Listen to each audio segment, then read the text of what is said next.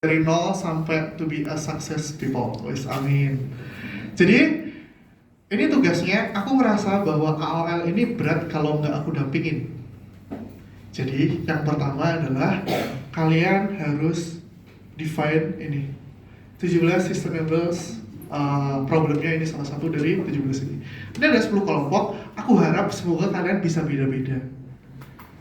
Aku harap, tapi kalau misal pun sama, is okay. Oke, yang kedua, kenapa aku tadi bilang programming satu desain? Karena itu penting, itu bakal menjadi salah 2 dari 4 yang menjadi api pemantik di grup.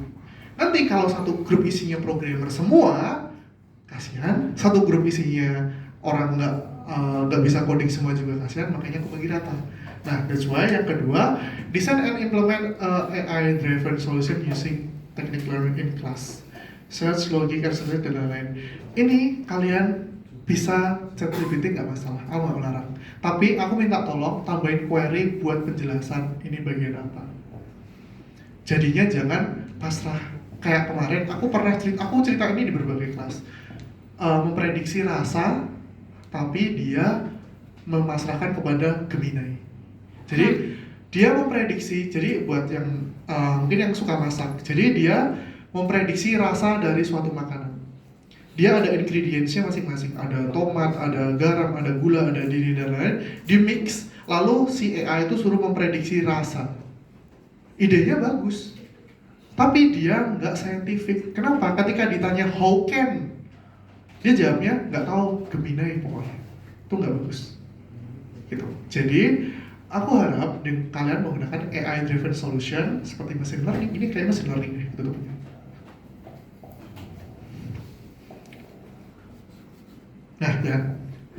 Nah, kalian bisa catat untuk code-nya supaya gampang. Itu adalah coba kalian search buat key point, buat kalian gampang.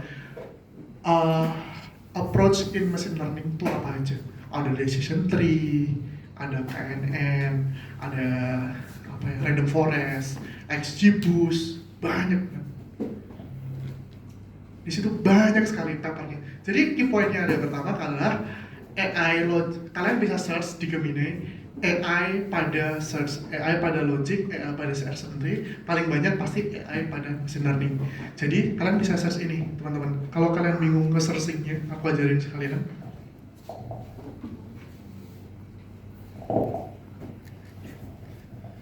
Jadi ada namanya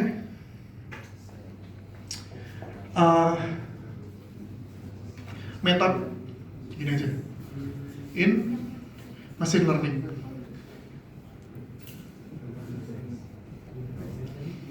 Nah, kenapa aku menyarankan kalian aku bimbing sampai akhir? Karena apa? Aku nggak bakal mengajarkan kelas ini. Kayak aku punya dosa buat kalian, aku kasih tugas ini tapi nggak aku ajarin.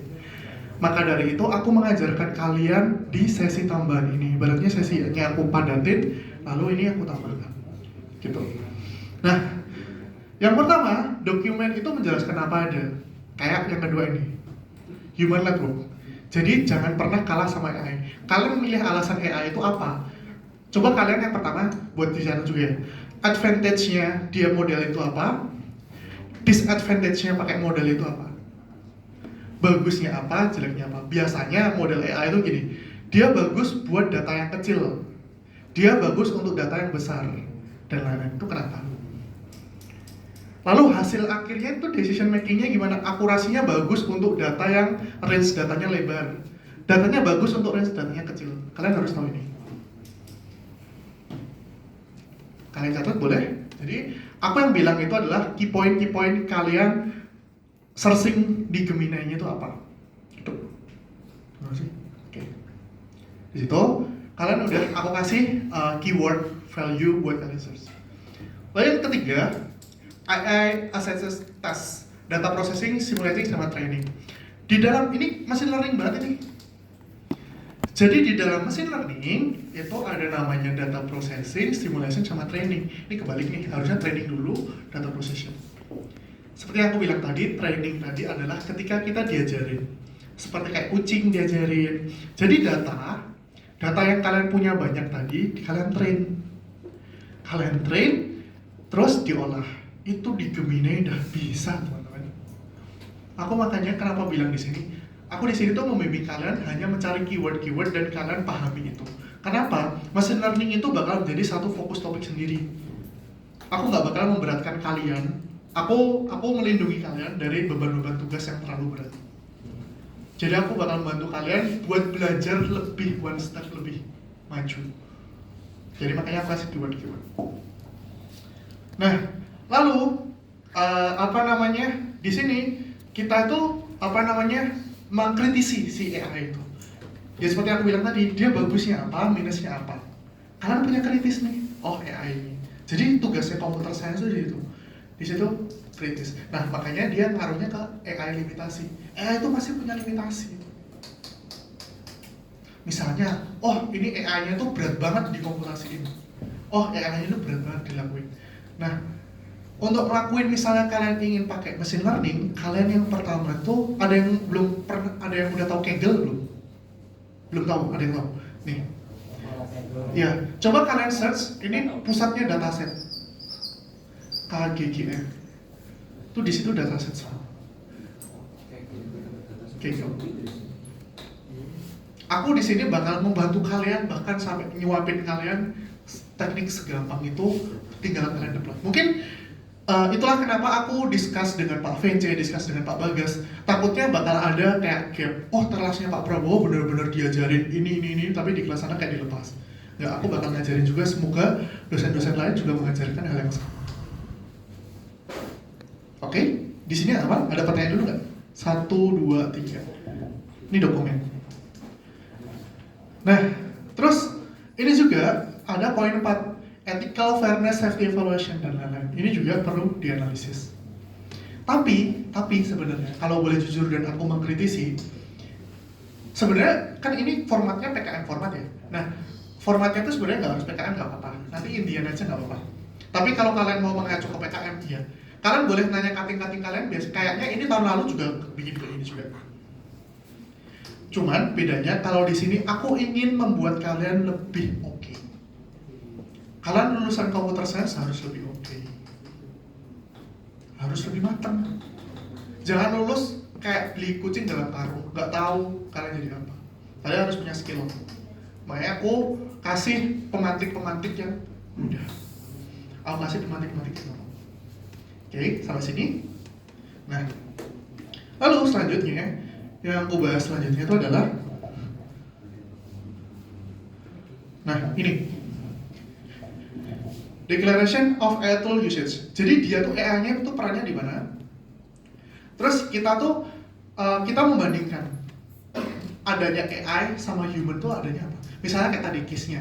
Ketika aku ingin memprediksi dia masuk di fakultas kedokteran apa enggak? Misalnya pakai human biasa, kayak ibu guru BK-nya tuh one by one tuh nyeleksi. Tapi dengan yang adanya AI itu jadi lebih mudah. Jadi ada signifikansi kontribusi kalian. Lalu ketiga, itu tuh dia tuh, kamu tuh di AI itu menolak atau mengadopsi atau lebih bagus. Nah di sini aku yakin kalian juga untuk level S1 belum bisa membuat model AI sendiri. Tapi kalian adopsi nggak apa-apa. Tapi saya minta tolong buat dipahamin itu bagusnya apa, jeleknya apa, kenapa kalian pakai itu, udah itu aja. Terus problem solvingnya di apa. Lalu juga ethical tuh gimana cara pakainya itu aja. Simple itu aja. Lalu contributionship-nya ini. Dalam satu kelompok aku bisa menilai beda. Misalnya itu bagus, ketika di contribution-nya itu si orang itu jelek, aku akan nilai jelek. Jadi belum pasti satu kelompok nilainya sama. Mostly sama tapi bisa jadi beda. Jadi aku berharap, that's why kenapa aku membagi ini biar rata. Jadi jangan ada kelompok yang dia pasif, kasihan. Aku kelompok rata.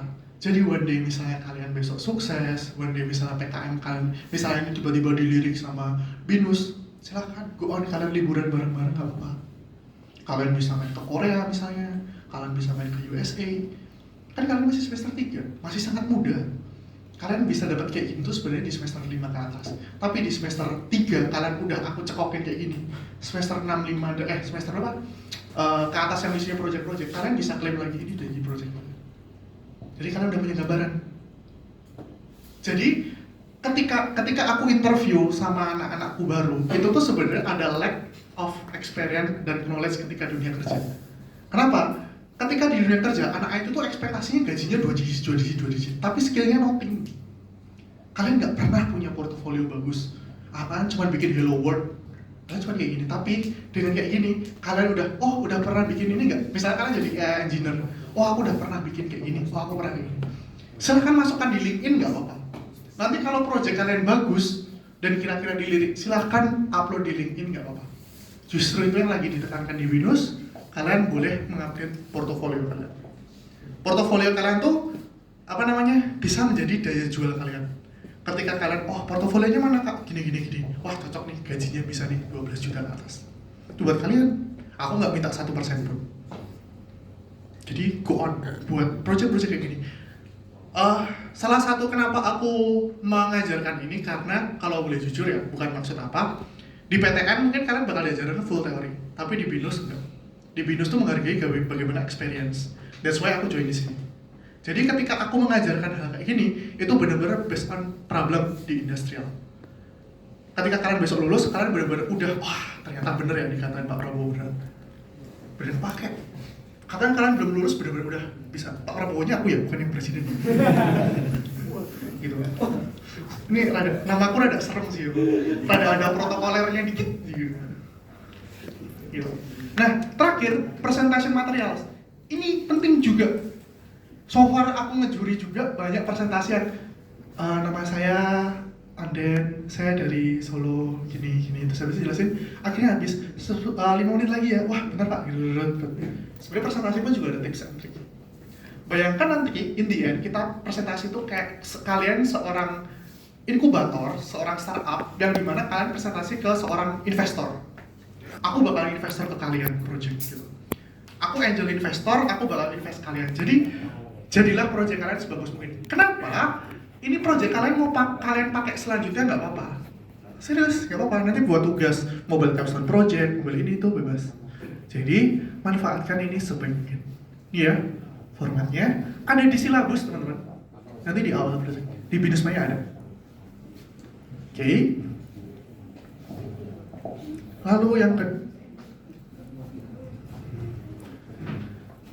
Lalu ini dia benar-benar boleh menggunakan AI, tapi harus tahu itu cara penggunaannya gimana.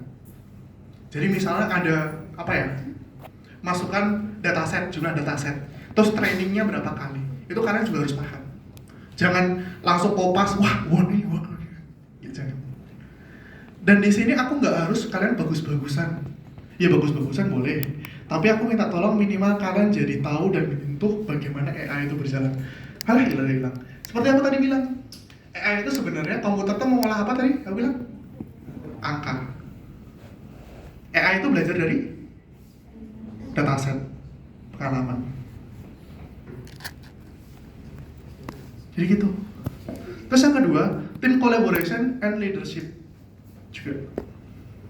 Aku pengen kalian, kenapa sih aku membagi ini? Karena nanti kalau nggak aku bagi gini, kalian bakal berkelompok. Itu kasihan yang apatis gitu kasihan gini. Makanya aku kelompok dulu, si dua ini jadi pemantik buat teman-teman yang ngajarin. Kalian mau hubungin aku 24 jam 7 hari, nggak apa-apa, serius. Aku malah punya tanggung jawab mencerdaskan kalian semua. Lalu, ini, selanjutnya, aku tadi kelompok sini. Ini kalian kudu jelasin kenapa kalian mereject AI itu atau modify. Kalau aku yakin untuk semester 3 pasti ranahnya ke modify. Jadi kudu dijelasin. Benar salah nggak apa-apa. Kalau kalian benar, justru kalian hebat, malah kalian udah kayak skripsi. Jadi salah tuh lumrah. Oh ya harusnya gini. Nanti aku ngajarin. Oh harusnya gini ya. Gitu. Jadi malah ini menjadi project awal kalian di skripsi. BINUS kan belum ada lulusan ini kan. Nah nanti waktu besok skripsi, ini bisa jadi pemantik kalian. IPK berapa tadi yang IPK 4-nya siapa?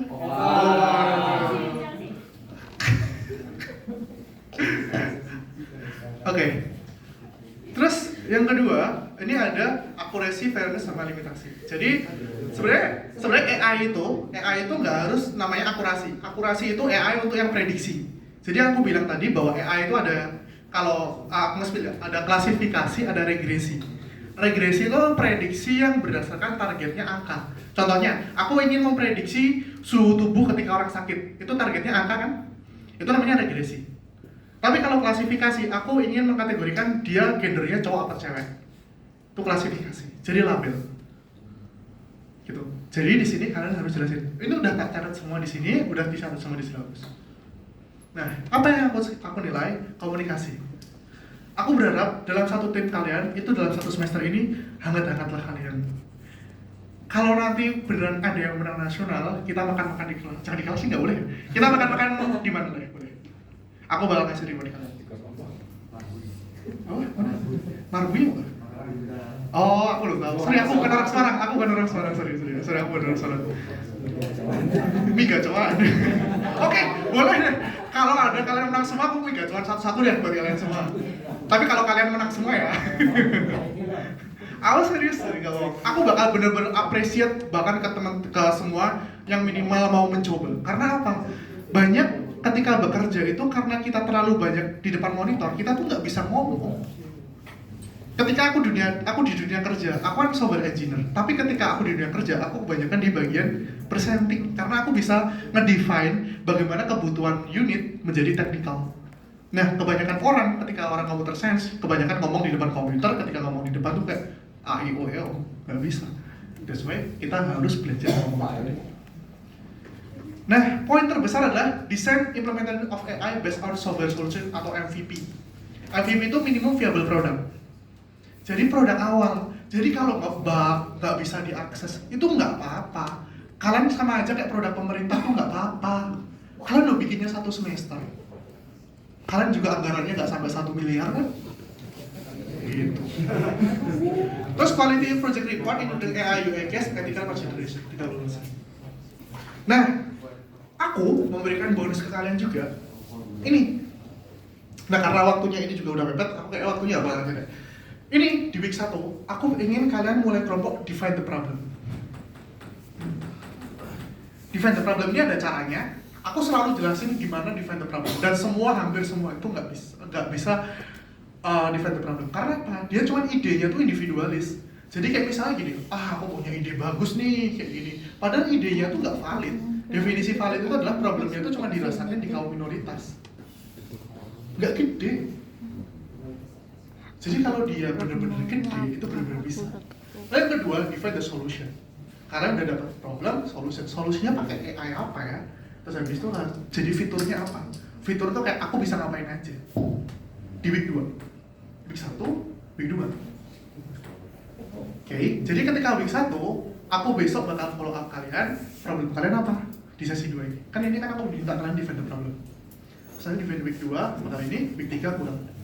Terus ketiga, desain. Nah, kalian nggak mungkin membuat sebuah prototype itu nggak ada desain. Ada yang nggak bisa desain, it's okay. Kalian bikin Figma prompting aja udah bisa. Atau kalian di Gemini aja pakai Canvas udah bisa. Udah jadi. Kemarin anakku PKM baru semester berapa? 1 kemarin, Pak udah jadi nih Pak. Gitu. Udah bisa dia udah jadi prototyping apps. Nah, perkara bisa di deploy apa enggak? Nah itu yang perlu aku bimbing. Wah ini nggak bisa nih, terlalu susah kalau ini. Kamu perlu membimbing. Kalian kan masih idenya masih liar. Jadi kayak teknologi itu ada limitasi. Jadi ada yang possible lebih dilakuin apa enggak. Misalnya nih tiba-tiba kamu bikin aplikasi Gojek dalam 1 malam. Wah. Saya juga mau. Nah, terus W4, define the agent atau model. Aku tadi bilang kan, agent atau model. Model AI-nya itu apa? Di week 5, ideation. Nah, nanti kita kayak presenting presenting idenya kayak gimana. Nah, ketika udah oke, saran-sarannya udah oke, baru prototyping. Nanti kita define. Nggak usah perlu bikin full apps atau full produk ya. Jadi kayak satu solution dulu aja nggak apa-apa. Satu solution di solution. Kalau mau satu project juga boleh. Misalnya kalian, Pak aku udah pernah ikut lomba terus mau tak jadiin, boleh. Boleh sekali. Oke. Setelah itu kita tes. Kita tes tuh gini misalnya, wah ini prediksinya kurang bagus, wah ini akurasinya kurang bagus, kita tes di sini. Week 8 sampai week 9 sampai selesai kita documentation. Kalau kalian mau ikut competition kok kayak udah terlanjur basah, wah project ini ternyata bagus banget nih. go on.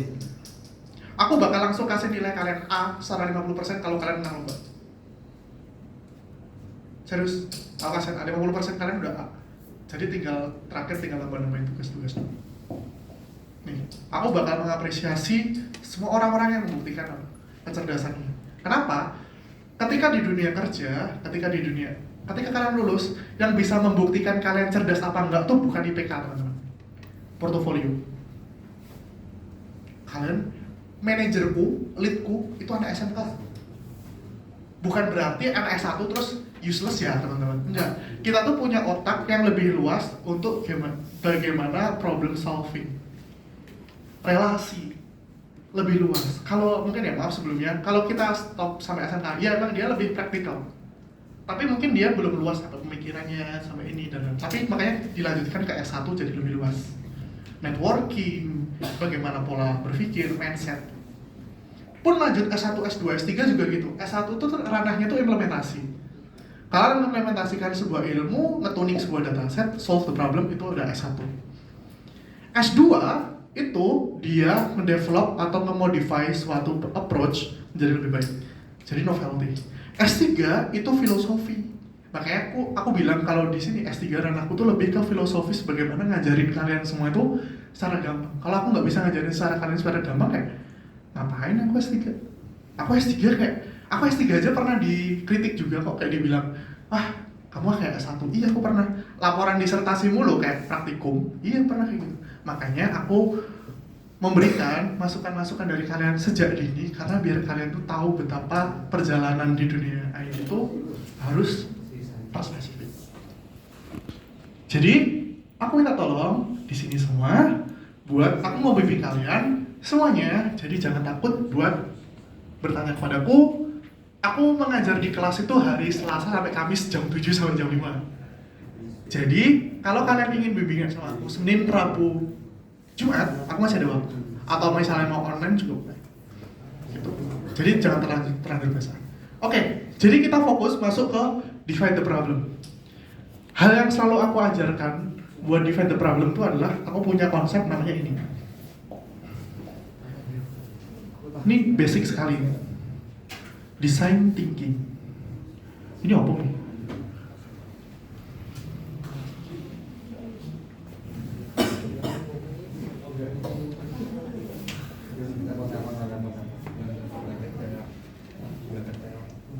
Ada yang pernah lihat ini? Apa ada yang udah pernah di mata kuliahku? Oke, ada yang pernah nih?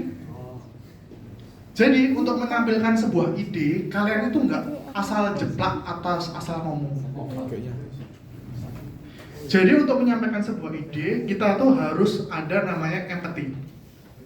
Empathy itu gini, kalian ingin sebuah produk. Kayak kemarin anakku WKM dia pengen bikin absensi pakai face recognition. Kalau aku sebagai juri, aku langsung skip proposalnya. Kenapa? Karena udah ada. Ngapain aku baca lagi? Gak bakal aku buka. Tapi kalau kalian membuat sesuatu hal, kayak misalnya pembelajaran mahasiswa berkebutuhan khusus menggunakan teknologi AI. Wah, apa nih? Keren nih. Kayak kalian empati, tunarungu tuh butuh bantuan ini, bantuan disabilitas tuh butuh kayak gini. Jadi kalian empati, kalian ngerasain, kalian bener-bener solve the problem apa yang dari kalian rasain. Kayak kemarin akhirnya tercetus. Misalnya ada yang bikin, wah Pak, tiap istirahat kantinnya penuh gitu. Saya mau bikin computer vision buat deteksi ini kantin, jadi ketika cek HP kelihatan penuh menggunakan computer vision. Wah, keren. Bisa nggak codingnya? Enggak. Ya, saya mah mau aja kalau bisa bikin kamera sama Pak Fridi taruh di sana, bisa. Oh, ada lagi Pak, smart parking gitu. Iya bisa, smart parking tuh ide apps sejuta umat gitu, smart parking itu. Tapi yang bagus tuh adalah smart parking menggunakan computer vision. Jadi dia ngedetek. Jadi ada parkir mobil di berapa aja. Nah, jadi apa yang kalian lakukan di sini tuh adalah empati. Coba deh kalian merenung apa deh masalah yang ada di diri kalian. Waduh, ini bukan masalah pribadi ya, tapi masalah-masalah yang ada di sekitar kalian, keluarga kalian, kayak gitu. Misalnya sebagai seorang pengajar atau aku seorang asisten laboratori, aku tuh terlalu terkendala ketika mengoreksi kerjaan mahasiswa. Aku lah bikin AI sendiri. Bisa loh, serius. Aku bikin sendiri itu. Di Gemini 10 menit jadi. Serius, jadi itu. Tapi kalian harus tahu ngedefine why, how can dia bisa benar-benar jadi. Gitu. Jadi ketika kalian mendefine empati, itu kalian benar-benar ngerasain kayak solve the problemnya, benar-benar ngerasa, oh masalahku sendiri itu selesai. Kalian tahu Gojek kan berasal dari kayak gitu. Pak Nadiem Makarim, dia bikin Gojek. Awalnya tuh dia cuma just a simple bahwa apps menghubung ke customer service-nya Gojek, lalu customer service Gojeknya nelpon one by one, opangnya ditelepon, Pak bisa nganter ini nggak? Oke, gitu. Oh bisa. Jadi dia cuma hubungin ke CS-nya habis itu nyariin. Nah, terus Pak Nadiemnya ditinggal ke USA, aku udah pasrah kan, wah aplikasi gue nggak laku. Ternyata dia downloadernya banyak. Itu mengindikasikan bahwa dia tuh benar-benar berimpact, padahal cuma kayak gitu doang. Akhirnya gede. Dan dari hal-hal yang sesimpel itu bisa benar-benar jadi produk yang bagus. Jadi kalian kalau nanti bikin AOL nggak usah susah-susah, nggak usah belit-belit, tapi yang benar-benar solve the problem kalian. Nanti kalian storytelling aja, kenapa masalah kalian itu? Pak, saya di kos sukanya kayak gini, misalnya kendalanya ada gini. Jadi pada sesi ini silakan kalian merenung, mengempatikan diri kalian. Jangan biasakan gini sih. Oh, aku pasrah sama begini. Masalah yang sedang tren di saat ini. Tapi coba kalian di 17 SDGs tadi ya. Coba 3 SDGs tadi coba kalian cari mana topik-topik yang sekiranya kalian bisa solve the problem. Fungsinya apa? Aku berharap yang pertama, yang jago programmer tadi, dia udah bisa menginisiasi code-nya dahulu. Dia paham code-nya dahulu, dia paham sintak, menulari teman-temannya yang nggak bisa. Yang kedua, desainer itu tadi fungsinya buat merapikan semua dokumentasinya supaya lebih rapih dan cantik. Nah, anggota 3-4-nya itu tadi apa? Dia menjadi supporting system, memberi kritikan, memberi masukan, apakah ide-ide itu valid apa enggak, dan support. Jadi semua balance semua. Aku berharap ini 10 tim itu benar-benar bisa jadi one day lanjut, itu bisa benar-benar kepakai buat kalian semua. Nggak harus di mata kuliahku, nggak apa-apa. Kepakai kalian buat besok portofolio, besok apa, dan lain-lain. Jadi kembali lagi ke define, ke empati adalah gimana kalian mengempatikan masalah kalian buat di define the problem. Contoh kemarin aku juga, Pak saya mau ngeprint susah, wah iya bikin aplikasi. Ada yang punya print gitu, terus habis itu kayak bikin Gojek tapi versi persewaan printer. Solve the problem. Simple. Terus tadi juga ada kemarin aku tantang Binus Immersive Gallery, itu aku suruh bikin pakai AR. Ada library-nya namanya AR Core. Kalau kalian mau coba. Udah ada, semua tuh udah ada teman-teman semua. Jadi kalau membuat produk, ketika kalian produk dan lain-lain, dan ketika one day misalnya besok kalian ketemunya sama aku ketika skripsi, jangan berharap skripsi kalian itu ada sistem informasi biasa, tapi harus ada AI-nya. Gitu. Jadi kenapa? Biar kalian besok nggak ketinggalan zaman. Kalian ketika di dunia kerja, udah pernah pakai metode decision tree belum? Oh udah pakai library-nya mobile apps yang terbaru apa? Oh udah Pak, ada namanya ML Kit sama AR Core.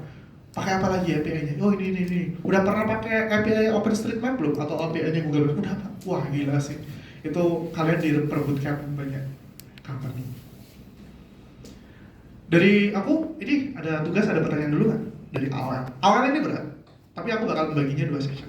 Jadi yang pertama aku bakal menjelaskan teori, jadi tinggal 30 menit terakhir aku bakal ngedefine kalian AWL kalian tuh kira-kira gimana. Dan kita sepakatkan cuma sampai jam setengah aja, 35 menit aja.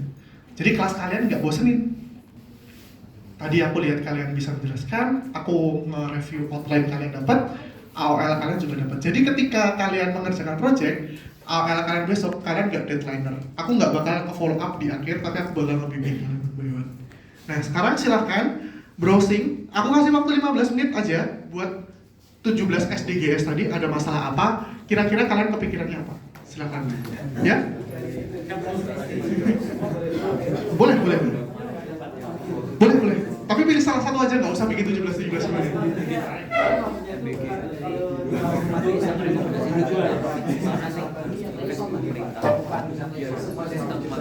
Kalau ini tulisannya 17 sih. Kalau aku ikutin aturan itu 17 sih pakai ini aja. Boleh. Pakai aja boleh.